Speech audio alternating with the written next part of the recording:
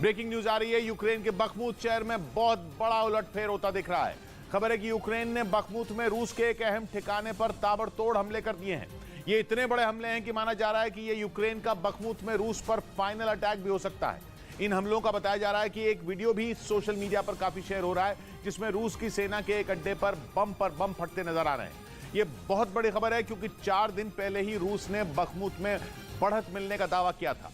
तब रूस ने कहा था कि उसकी प्राइवेट आर्मी वैगनर ग्रुप ने शहर के 3 नए इलाकों पर कब्जा कर लिया है। लेकिन खबर है कि 4 दिन के अंदर यूक्रेन ने बखमूत में बाजी पलटने वाला दांव चल दिया। बखमूत की लड़ाई पुतिन के लिए नाक का सवाल बन चुकी है और यूक्रेन भी अपने हथियार डालने को तैयार नहीं है। ज़ेलेंस्की तो आखिरी सांस तक बखमूत की हिफाजत करने की कसम खा चुके हैं।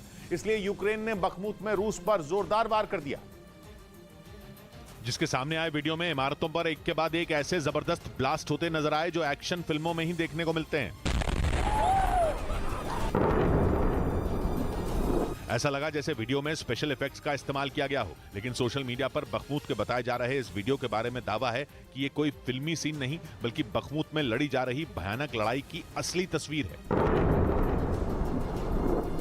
दावा किया गया कि यूक्रेन ने जिस बम से हमले किए वो अमेरिका के उसे दिए JDAMR किट से लैस गाइडेड बम थे। जहां बम गिराए गए वहां बखमूत में लड़ रही रूस की सेना का हथियारों का अड्डा था और रूस के सैनिक हमले से पहले वहीं तैयारी करते थे। ऐसे में अगर यह खबर सही है तो बखमूत में यूक्रेन ने रूस पर बहुत करारा वार किया है। इस वीडियो के साथ ये दावा भी किया गया है कि यूक्रेन ने रूस पर वार करने के लिए एकदम सटीक निशाना लगाने वाले GPS गाइडेड बमों का इस्तेमाल किया, जो कि अमेरिका ने उसे पिछले महीने ही दिए हैं। JDAMR यानी joint direct attack munition extended range नाम का ये बम हवा से चलने वाला बम है। यह ऐसा हथियार है जो 72 किलोमीटर दूर से ही रूस की सेना के जबरदस्त किलेबंदी वाली इमारतों और ब्रिज जैसे बड़े बड़े टारगेट भी उड़ा सकता है। और रूस चाहे भी तो यूक्रेन का कुछ बिगाड़ नहीं पाएगा, क्योंकि JDAMR फायर एंड फॉरगेट यानी फायर करो और भूल जाओ कैटेगरी का हथियार है। यानी वो ऐसा हथियार है जिसे हवाई जहाज से फायर करके यूक्रेन का पायलट वहां से तुरंत निकल सकता है। कहने का मतलब ये कि यूक्रेन रूस के टारगेट धमाके करके उड़ा देगा और रूस हाथ मलता रह जाएगा। रूस अगर JDAMR के GPS को जैम भी कर दे या फिर उसका सिग्नल टूट भी जाए तब भी वो सटीक निशाना साध सकता है और किसी भी मौसम में काम कर सकता है। और दावा किया जा रहा है कि JDAMR जैसे स्मार्ट बम को ही बखमूत में रूस के ठिकाने पर गिराकर यूक्रेन ने उसकी कमर तोड़ने की कोशिश की।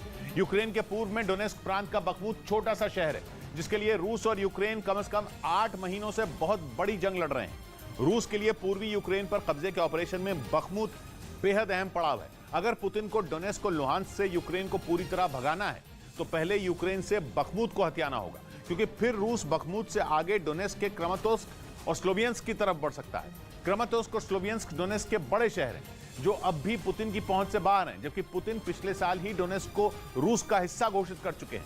यही वजह है कि पुतिन अरसे से क्रमातोर्स्क और स्लोवियंस्क को अपनी मुट्ठी में करने के लिए बेताब हैं और बखमूत पर कब्जे के बाद ये दोनों शहर रूस की तोपों की रेंज के अंदर आ जाएंगे।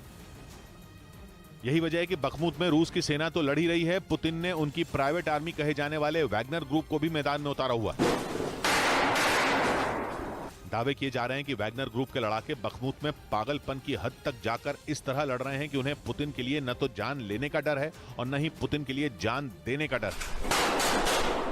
वैगनर ग्रुप के हेड और पुतिन के वफादार येवगेनी प्रिगोजिन तो बखमूत के 80% हिस्से पर अपने कब्जे का दावा भी कर चुके हैं। अगर बखमूत हाथ से निकला तो यूक्रेन के लिए पूर्व में पुतिन की फौज को रोकना लगभग नामुमकिन हो जाएगा। इसलिए पुतिन ने बखमूत में अपनी पूरी ताकत झोंकी हुई है। यहां तक कि खुद यूक्रेन के मिलिट्री इंटेलिजेंस चीफ तक कह रहे हैं कि पुतिन का पूरा फोकस सिर्फ और सिर्फ बखमूत पर है। बल्कि यूक्रेन की मिलिट्री इंटेलिजेंस के चीफ किरिलो बुदानोव ने तो ये तक दावा किया कि मोटे तौर पर रूस ने यूक्रेन की जमीन पर कब्जा करने की कोशिश ही छोड़ दी है।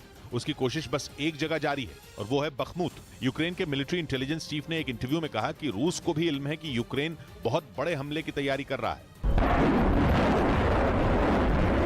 ये वही हमला है जिसकी चर्चा बीते कई महीनों से हो रही है और रक्षा विशेषज्ञ कह रहे हैं कि यूक्रेन सर्दियों में ही रूस पर जोरदार पलटवार का प्लान बना चुका है। वो बस बर्फ पिघलने का इंतजार कर रहा है और अब यूक्रेन की ज्यादातर बर्फ पिघल चुकी है। शायद इसलिए यूक्रेन के मिलिट्री इंटेलिजेंस चीफ ने कहा कि उनके जवाबी वार का रूस को इतना डर लग रहा है कि उसकी सेना ने यूक्रेन में वार करना ही छोड़ दिया है और वो महफूज ठिकानों में दुबक गई है। यूक्रेन ने दावा किया कि रूस के सैनिक बस अपनी जान बचाने के बंदोबस्त में लगे हैं, लेकिन इसके साथ ही यूक्रेन ये भी बोला कि रूस बस बखमूत पर कब्जा करने के लिए लड़ रहा है, बाकी जगह तो वो लगभग हथियार डाल ही चुका है। ब्रेकिंग न्यूज आ रही है। बखमूत के बाद रूस की सेना ने अपनी नजरें उसके पास मौजूद यूक्रेन के कुपियंस्क शहर पर गड़ा दी हैं।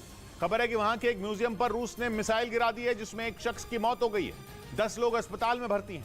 यूक्रेन के राष्ट्रपति व्लादिमीर जेलेंस्की ने आशंका जताई कि म्यूजियम के मलबे में कई लोग दबे हो सकते हैं। कुपियंस्क शहर पूर्वी यूक्रेन के खार्किव प्रांत में आता है और खार्किव यूक्रेन के उन प्रांतों में है जिन पर रूस ने जंग की शुरुआत में ही भयानक तबाही मचा दी थी। और एक बार फिर पुतिन की हिट लिस्ट में खार्किव का कुपियंस्क शहर काफी ऊपर दिख रहा है। वहां बीते कुछ महीनों से रूस ने हमले तेज कर दिए हैं। अगर कुपियंस्क पुतिन के पंजे में आया तो यह पहली बार नहीं होगा।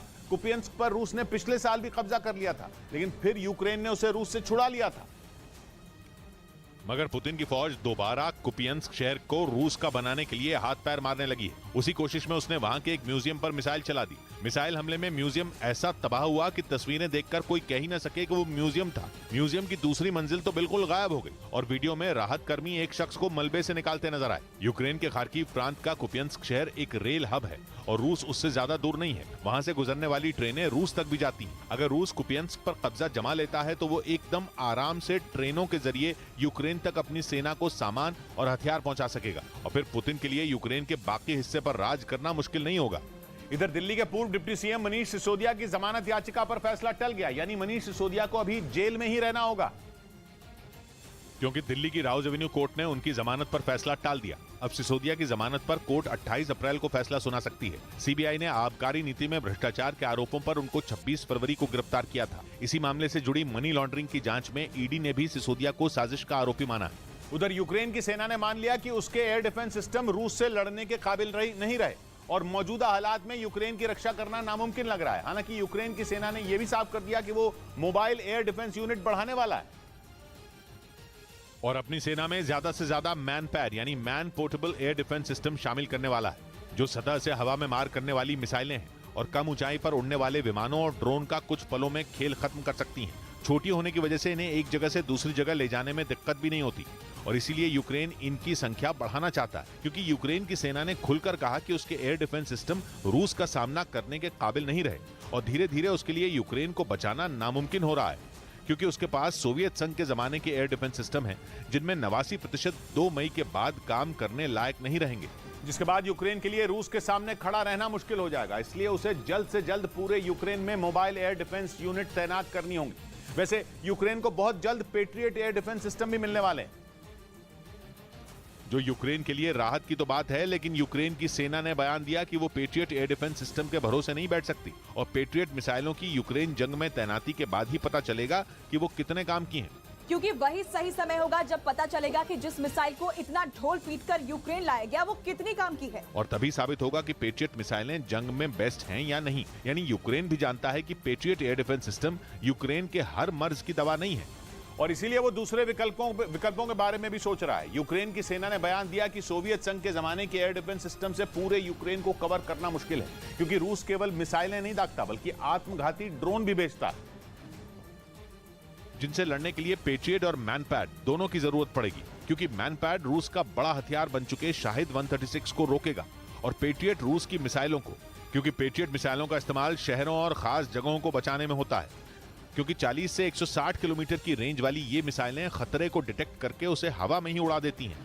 अमेरिका ने इन मिसाइलों को चलाने के लिए यूक्रेन के सैनिकों को ट्रेनिंग भी दी, क्योंकि अमेरिकी सैनिक यूक्रेन में युद्ध नहीं लड़ सकते और इसीलिए यूक्रेन के सैनिकों को इन्हें चलाने की ट्रेनिंग मिली। लेकिन यूक्रेन के सभी सैनिक ये मिसाइल चलाना नहीं जानते, इसलिए उन्हें दूसरे हथियारों की भी जरूरत पड़ेगी, क्योंकि पश्चिमी मीडिया ने दावा किया कि रूस अगले कुछ दिनों में आत्मघाती ड्रोन की नई खेप यूक्रेन भेजेगा।